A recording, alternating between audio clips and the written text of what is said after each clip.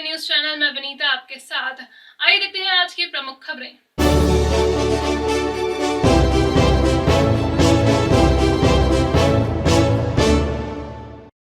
Nanakheda stadium पर प्रस्तावित synthetic athletics track के निर्माण के लिए बुधवार शाम को भूमि पूजन किया गया। खेल मंत्री यशोधरा राजे सिंधिया वर्चुअल रूप से कार्यक्रम में जुड़कर इसका भूमि पूजन में शामिल हुई। राज्य सरकार ने नानाखेड़ा स्टेडियम पर सिंथेटिक ट्रैक के निर्माण के लिए 7 करोड़ 20 लाख रुपए स्वीकृत किए हैं।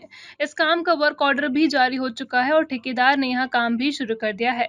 सिंथेटिक ट्रैक के भूमि पूजन के लिए पहले 3 अगस्त की तारीख तय की गई थी, तब किसी वजह से कार्यक्रम टल गया था। मध्य प्रदेश में अब तक भोपाल, इंदौर और ग्वालियर में ही अंतर्राष्ट्रीय स्तर का सिंथेटिक एथलेटिक्स ट्रैक है। जबलपुर में ट्रैक का निर्माण जारी है। बुधवार को वर्चुअल शामिल होकर खेल मंत्री यशोधरा राजे सिंधिया नानाखेड़ा स्टेडियम पर सिंथेटिक ट्रैक का भूमि पूजन किया। 400 मीटर लंबे और 8 लेन के सिंथेटिक ट्रैक के बीच में फुटबॉल ग्राउंड, मलखम अकादमी बनेगी। इसके अलावा यहाँ सभी तरह के एथलेटिक्स स्पर्धाओं के लिए भी स्थान सुनिश्चित किए जाएंगे। से ये एथलेटिक्स ट्रैक का शुभारंभ हुआ है और ये बात सही है कि ये स्टेडियम तो बन जाना था आज से सालों पर पहले, लेकिन जब जाके तब सवेरा, कोई बात नहीं, अब बना है, अच्छी बात है, बधाई। किस तरह के खिलाड़ियों का प्रशिक्षण यहाँ होगा? इसमें मोटे तौर पर जो दौड़ने के लिए सबसे ज़्यादा आजकल जो समय आता है कि एथलेटिक्स ट्रैक में सिंथेटिक ट्रैक की बहुत ज़रूरत पड़ती है, जिसमें अपना समय शुद्धता के साथ निकलता है। तो ये एथलेटिक्स ट्रैक बन रहा है। इसके पहले मिट्टी का ट्रैक था, जब मैं प्राधिकरण अध्यक्ष था 20 लाख की लागत से बनाया था, लेकिन मिट्टी का ट्रैक अब काम नहीं आता है। इसके अलावा यहाँ मलखम अकादमी, फुटबॉल या हॉकी का ग्राउंड और इंडोर गेम्स बहुत सारे बनने वाले हैं। बहुत सारी सौगात मिली। महाकाल थाना क्षेत्र में तंत्र विद्या के जरिए नोटों की बारिश कराने के पुराने मामले में पुलिस को बड़ी सफलता मिली है। पुलिस ने ठगोरों के इस गिरोह के सरगना को हिरासत में लिया है। उसे पूछताछ में कुछ और घटनाओं का खुलासा हुआ है। गिरोह का सरगना मुबारक बाबा निवासी आजाद नगर इंदौर महाकाल पुलिस के हत्थे चढ़ गया है। बुधवार को उसकी गिरफ्तारी की विधिवत जानकारी दी गई। मुबारक बाबा और उसके 3 साथियों को आगर में रहने वाले आशीष नामक युवक को नोटों की बारिश कराने का लालच दिया था। 5 मार्च को इन आरोपियों ने आशीष को रुपए लेकर उज्जैन बुलाया था। रामघाट पर आशीष को नहाने के लिए शिप्रा नदी में उतारा और इसी बीच आरोपी उसका 5,50,000 रुपए से भरा बैग लेकर चंपत हो गए थे। मामले में 3 आरोपी पहले ही गिरफ्तार हो चुके हैं।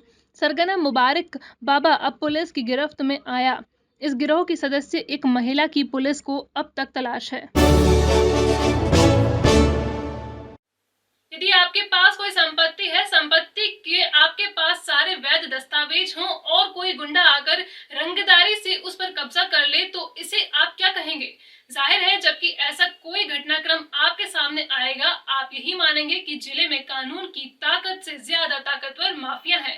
जब भी कोई ऐसे घटनाक्रम आपके सामने आएगा, आपको एहसास होगा कि राज्य की सरकार माफिया को खत्म करने का सिर्फ ढिंडोरा पीट रही है। माफिया अब भी हावी है। सेठीनगर में रहने वाले इस परिवार के पास मालनवासा के बालगृह के पास 2 प्लॉट हैं। छोटी छोटी बचत कर इस परिवार की महिला पार्वती ज्ञानानी ने 2010 में इन प्लॉट को खरीदा था। पार्वती ज्ञानानी और उनके पति परमानंद ज्ञानानी ने बकायदा प्लॉट की रजिस्ट्री कराई, नगर निगम में नामांतरण कराया और इसका विधिवत टैक्स भी चुकाया। छोटी बचत से ही यहाँ बाउंड्री वॉल और 3 शेड के कमरे भी बनवाए। पिछले दिनों यह परिवार जब अपने ही प्लॉट पर पहुंचा तो इन्हें किसी दूसरे का लगाया हुआ ताला मिला। पड़ोस में रहने वाले गोपाल दास बैरागी ने इनके प्लॉट पर अपना कब्जा जमा लिया था। इस परिवार ने विरोध किया तो इन्हें बैरागी और उसके पुत्र ने डरा धमका कर वापस भेज दिया। ज्ञानानी दंपत्ति नागजिरी थाने पर पहुंचा तो यहाँ भी इनकी फरियाद नहीं सुनी गई। सिस्टम से हारे इस परिवार ने अब एसपी सत्येंद्र कुमार शुक्ला के कार्यालय में आवेदन कर अपना प्लॉट वापस दिलवाने के लिए गुहार लगाई है।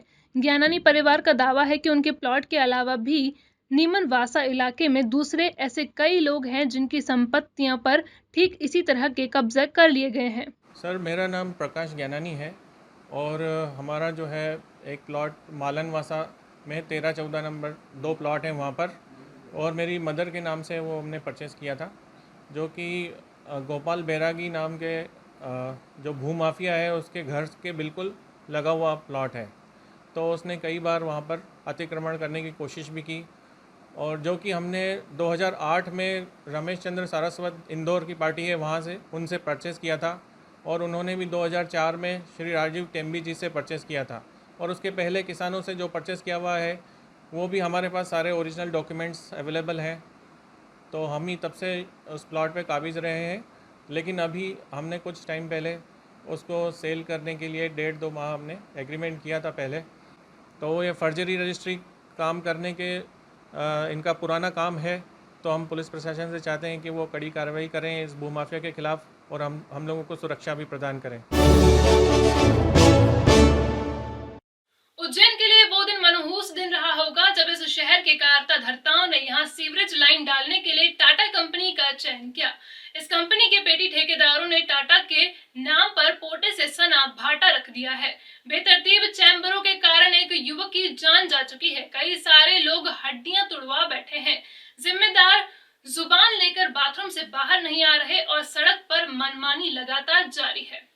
स्क्रीन पर आप जो वीडियो देख रहे हैं वह पुराने शहर के उर्दूपुरा इलाके का है। पिछले 2 महीने से उर्दूपुरा की पूरी सड़क खुदी पड़ी है। लाइन डाले 1 महीना बीत चुका है, लेकिन गड्ढे नहीं भरे जा सके हैं। जिस हिस्से में गड्ढे भर चुके हैं वहां से मलबा नहीं उठा है। चैम्बर सड़क से ऊंचे बना दिए गए हैं। बुधवार को पूर्व पार्षद और भाजपा नेता गब्बर भाटी और इलाके के प्रतिष्ठित नागरिक पंडित बुद्धि प्रकाश शास्त्री ने इन सारे मुद्दों पर टाटा की चक्की से अधबटाई का बाटा खाने वाले पेटी कॉन्ट्रैक्टर के लोगों से जमकर बहस की। कंपनी के लोगों से साफ कह दिया गया है कि मनमानी तो कतई नहीं चलने देंगे। चैम्बर ऊंचा है तो उसे तोड़कर सड़क के लेवल में लाओ, मलबा उठाओ और सड़क पर यातायात दोबारा चालू करो। यदि ऐसा नहीं किया तो इलाके में लोग उर्दूपुरा वाले ठहरे। आप जानना। नागझरी की पोहा फैक्ट्री में एक महिला को बंधक बनाए जाने के मामले में बुधवार को व्यापारी वर्ग पोहा फैक्ट्री संचालक के समर्थन में आ खड़ा हुआ। व्यापारियों ने आरोप लगाया है कि कुछ दिनों से महिला को बंधक बनाने की झूठी कहानी रचकर व्यापारी बंटी बिंदल को झूठे केस में फंसाने की साजिश रची थी। बुधवार दोपहर एसपी सत्येंद्र कुमार से व्यापारियों ने पुलिस कंट्रोल रूम पर मुलाकात की। व्यापारियों ने एसपी को बताया कि पोहा फैक्ट्री संचालक को झूठे केस में फंसाने के लिए महिला को बंधक बनाने की स्क्रिप्ट रची गई थी। व्यापारियों ने एसपी से मांग की है कि जो भी लोग इस साजिश में शामिल हैं, उनके खिलाफ सख्त कार्रवाई होनी चाहिए। देखिए, ये मामला चल रहा है एक महिला से, पिछले 5-7 दिन से ये मामला चल रहा है पूरा। महिला का पति वहाँ पर चौकीदारी करता था उस फैक्ट्री में। महिला का पति कोरोना काल में एक्सपायर हुआ। जो फैक्ट्री मालिक है उन्होंने महिला को कहा कि भैया ये कमरा आप खाली कर दीजिए, आप मेरा काम नहीं करते, मैं दूसरे कर्मचारी को दूंगा। वहाँ से ये विवाद का प्रारंभ हुआ। उसके बाद वो महिला कैसे अंदर, क्योंकि एक लंबे समय से पति पत्नी फैक्ट्री पे रहते थे तो उनको सारी जानकारी थी कि चाबी कहाँ लगी रहती है, कहाँ से अंदर जाया जा सकता है, कौन सा रास्ता है। लंबे समय से लोग रह रहे हैं तो उनको ये सारी जानकारी थी कि ये जो षड्यंत्रकारी लोग हैं, जो पत्रकार हैं षड्यंत्रकारी, उन लोगों के खिलाफ कार्रवाई करें। सबूत जो भी हैं, साक्ष्य, वो परिवारजनों के पास हैं कि उनको किस तरह से ब्लैकमेल किया जा रहा था, किस तरह से षड्यंत्र रचा गया, और उस महिला के खिलाफ भी प्रकरण दर्ज किया जाए हमारे एक सम्भ्रांत परिवार के व्यापारी को बदनाम करने के खिलाफ। ठीक, क्या नाम है? सुदर्शन गोयल। किस हैसियत से दिया आपने? सब कुछ डिजिटल हो रहा है तो आप पीछे क्यों रहें? हम है ना। अपने ग्राहकों को हमेशा आगे रखें। डिजिटल फ्लेक्स से दें अपने कारोबार को नया लुक। हमारे पास है eco solvent print, stone cutter, interior design, all type lamination, laser cutting machine. आधुनिकता के साथ सेवा हमारा संस्कार है। सभी तरह के फ्लेक्स डिजाइन के लिए संपर्क करें। Soni digital flex unit, Kshirsagar shopping complex, Ujjain. हमारा संपर्क नंबर 9826098492 और 7566617000। एक बार आजमाइए तो। BSNL fibre internet connection high speed net से जोड़ें। Online classes, work from home, व्यापार मीटिंग बिना रुकावट के। आकर्षक और सबसे सस्ते plan, number 1 high speed internet connection के लिए आज ही संपर्क करें। अवंती डिजिटल एंड ब्रॉडबैंड एवं Shri telecom, 231 heritage tower, Tejankar अस्पताल के पास। मोबाइल नंबर 8989858422, लैंडलाइन नंबर 0734-255-2222 और 255-3333।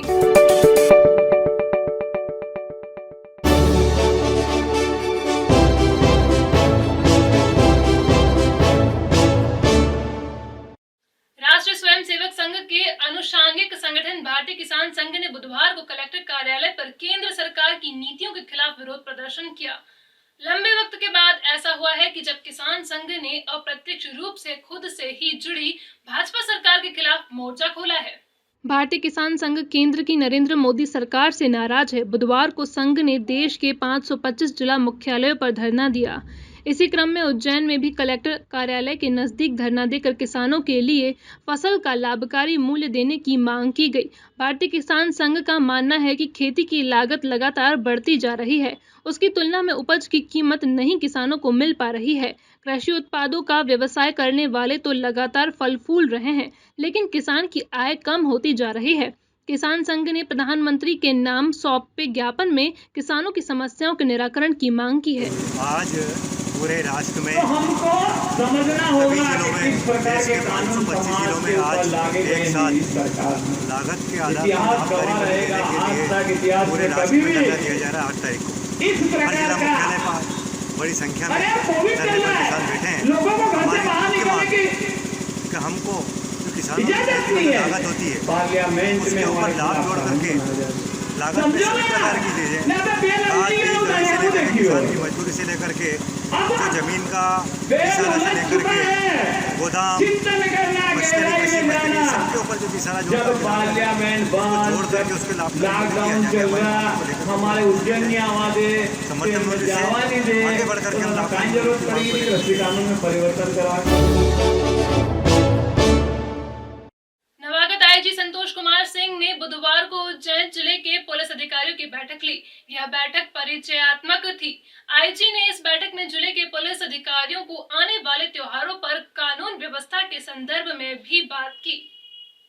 संतोष कुमार सिंह के लिए उज्जैन नया नहीं है। वे 2003 में यहाँ सीएसपी रह चुके हैं। भौगोलिक और सामाजिक दृष्टिकोण से नए आईजी उज्जैन को जानते हैं। बुधवार को उन्होंने एसपी सत्येंद्र कुमार शुक्ला सहित अन्य पुलिस अधिकारियों के साथ बैठक की, सभी से परिचय प्राप्त किया, साथ ही कानून व्यवस्था को लेकर भी बात की गई। उज्जैन रेलवे स्टेशन पर बुधवार सुबह एक महिला 2 साल की बच्ची को लावारिस हालत में छोड़कर ट्रेन में सवार हो गई। लावारिस हालत में बच्चे को देखकर आरपीएफ ने मामले की पड़ताल शुरू की और इसके बाद उसकी मां को नागदा स्टेशन पर तलाश लिया गया। यह महिला बच्चे का पालन पोषण ठीक से नहीं कर पा रही थी। बच्चे को चाइल्ड लाइन को सुपुर्द कर दिया गया है। यह घटनाक्रम सुबह करीब 8:30 बजे का है। रेलवे चाइल्ड लाइन में पूर्व काउंसलर और आगर जिले में वन स्टॉप सेंटर पर काम करने वाली युवती श्वेता शर्मा को उज्जैन स्टेशन पर एक बच्ची लावारिस हालत में मिली। श्वेता शर्मा ने आरपीएफ से संपर्क किया, बच्चे की काउंसलिंग की। उसने मां का जो हुलिया और नाम बताया, उसके आधार पर उसकी मां को नागदा से तलाश लिया गया। बच्ची की मां को आरपीएफ एएसआई मनोज बोरासी की मदद से उज्जैन लाया गया। यहां उसकी मां से बात की गई। मूलतः दिल्ली के रहने वाली यह महिला काफी बीमार थी। महिला के पति की भी मौत हो चुकी है। इसके कोई रिश्तेदार भी नहीं है। यह महिला इस हालत में नहीं थी कि खुद को भी ध्यान रख सके। इस महिला से बात करने के बाद बाल कल्याण समिति के सामने इस प्रकरण को रखा गया। महिला की 2 साल की बच्ची की सुरक्षा हो सके, इस लिहाज से महिला के ठीक होने तक बाल कल्याण समिति ने बच्ची को बाल कल्याण केंद्र में रखने के निर्देश दिए हैं। उज्जैन अपनी ड्यूटी जो महिला बाल विकास में सब सेंटर जाने के लिए आ रही थी, तो उस समय मतलब मुझे बच्ची लावारिस अवस्था में अपने सामान के साथ दिखाई दी। तो वहीं से मनोज बोरासी सर जो एसआईटी ब्रांच के हैं वो निकले। उन्होंने मुझसे पूछा कि बच्ची किसकी, क्योंकि लावारिस अवस्था में थी मेरी बच्ची। तो उन्होंने मतलब और रेलवे चैलेंज की प्रोटेक्ट इवेंट पे आए संदीप सिसोदिया द्वारा। प्रोटेक्ट इवेंट पे आकर हम लोग आरपीएफ के थ्रू गए और बच्ची की मतलब काउंसलिंग की गई। बच्ची ने नाम अपना बताया और अपनी माँ का नाम बताया। क्या नाम बताया? बच्ची का नाम बताया मिनी तथा माँ का नाम शीला बताया, जिसके द्वारा आरपीएफ में रेलवे चैलेंज और सर के द्वारा मनोज सर के द्वारा आरपीएफ के थ्रू कंट्रोल रूम में सूचना की गई। तो अनाउंस के द्वारा पता चला कि महिला उसकी माँ है शीला, वो नागदा स्टेशन पर आरपीएफ थाने में मतलब महिला बच्ची की पूछताछ कर रही थी। उसकी माँ का पता लगाया गया। उनकी माँ अभी आ रही है? हाँ, माँ आ रही है। उसकी माँ बिना पैसेंजर जो है लोकल ट्रेन है उसके द्वारा उज्जैन आ रही है। बैंक ऑफ इंडिया के स्टाफ ने बुधवार को बैंक का 116वां स्थापना दिवस मनाया। इस उपलक्ष्य में आंचलिक कार्यालय की ओर से देवास रोड पर पैदल मार्च का आयोजन किया गया। फोटो ले लो। पैदल मार्च में उज्जैन शहर की सभी स्थानीय शाखाओं के अधिकारी कर्मचारी शामिल हुए। इस अवसर पर आंचलिक प्रबंधक आर के गुप्ता ने बताया है कि 116वीं स्थापना दिवस पर अनेक कार्यक्रम आयोजित किए गए हैं। सामाजिक उत्तरदायित्व के क्रम में चामुंडा माता मंदिर में निःशुल्क भोजन वितरण, वृक्षारोपण कार्यक्रम आदि किए गए। वित्तीय समावेशन के तहत अनेक सामाजिक सुरक्षा योजनाओं जैसे पीएम स्वनिधि में जरूरतमंदों को ऋण वितरित किया गया है। आंचलिक कार्यक्रम में corona warriors, doctor, retired staff एवं ग्राहकों का सम्मान समारोह आयोजित किया गया। कार्यक्रमों में उप आंचलिक प्रबंधक विनय कुमार, सहायक महाप्रबंधक भूपेंद्र आर्य सहित अधिकारी, कर्मचारी संगठनों के पदाधिकारी एवं स्थानीय शाखाओं के प्रबंध सहित समस्त स्टाफ सदस्य उपस्थित रहे।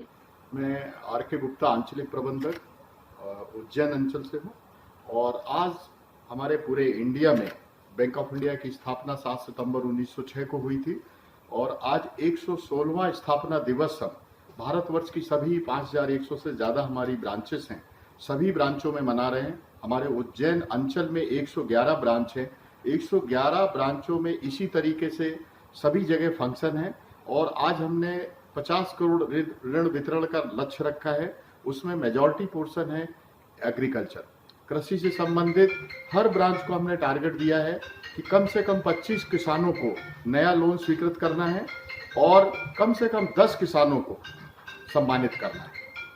सभी हमारा स्टाफ बड़ा उत्साहित है। सुबह हमने रैली आयोजित की और ये इस अवसर पर मैं अभी सभी हमारे ग्राहक बंधुओं, हमारे सभी स्टेक होल्डर्स और सभी हमारे स्टाफ का जो सहयोग रहा, मैं इसका बड़ा ही आभारी हूं और सभी को बधाई प्रेषित करता हूं कि इस 111 वर्षों में हमारे कई रिटायर्ड स्टाफ हैं, उनका भी हमें मार्गदर्शन मिलता रहता है।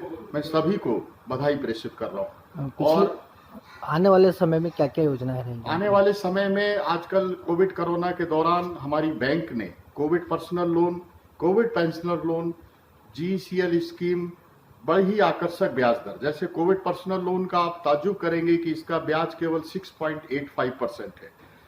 इतने कम ब्याज पर कोविड पेंशनर लोन है, कोविड पर्सनल लोन है और GCL जो हमारे उद्योग धंधे कोरोना से प्रभावित हुए, हमारी भारत सरकार माननीय निर्मला वित्त मंत्री सीतारमन जी के द्वारा जो हमें ये पैकेज दिया गया 3 लाख करोड़ का, उसमें हमने सभी उद्योग को 20% हमने एडिशनल GCL के रूप में उनको वर्किंग कैपिटल दिया और जो स्टेट सेक्टर में थे उसमें 40% दिया। तो लगभग हमारे यहाँ 150 करोड़ हमारे अंचल में पिछले 1 साल में हमने ऋण वितरण किया है, बहुत ही कम आकर्षक ब्याज दर, ताकि कोई भी इंडस्ट्री का अकाउंट NPA नहीं हो और यदि फिर भी डिफॉल्ट में दिक्कत थी तो हमने इसकी रिस्ट्रक्चरिंग कर दी और उसकी रीशेड्यूलिंग कर दी। फिलहाल इस बुलेटिन में बस इतना ही। अगली बार फिर मिलेंगे आपसे कुछ और नई ताजा खबरों के साथ। तब तक के लिए धन्यवाद। हर्बोबिन health care centre, doctor Manoj Kumar Agarwal द्वारा आविष्कारित आयुर्वेदिक दवाएं जैसे शुगर, गठिया, सफेद दाग जैसी बीमारियों का उपचार किया जाता है। शुगर की दवा में अंग्रेजी दवा तथा इंसुलिन पहले दिन से ही बंद कर दी जाती है। कई पेशेंट्स की शुगर खत्म भी हो जाती है, मगर इसकी कोई गारंटी नहीं ली जाती है। शुगर को कंट्रोल में रखती है शुगर की दवा, आजीवन चलती है। शुगर की आयुर्वेदिक दवा में आलू, चावल, खटाई एवं मीठे का परहेज आवश्यक है। शुगर की दवा USA, कनाडा के लैब में टेस्टेड है और देश विदेश में भी भेजी जाती है। इस आयुर्वेदिक दवा का किसी भी प्रकार का साइड इफेक्ट नहीं है और मात्र 3 से 4 दिन में इस आयुर्वेदिक दवा से मरीज को फायदा मिलता है। इसके अलावा किडनी, लीवर, अस्थमा, माइग्रेन, मोटापा, वजन बढ़ना, चेहरे की सुंदरता, बालों का झड़ना, लकवा, सेक्स समस्या, शराब छुड़वाना और साइटिका जैसी बीमारियों का इलाज होता है। अगर आप भी ऐसी किसी बीमारी से परेशान हैं तो याद रखिए हमारा पता, MZ8 शुभम कॉर्पोरेट, पहली मंजिल, सपना संगीता के पास, इंडसइंड बैंक के ऊपर, Indore. Mobile number 9826951020, phone number 07314020 820।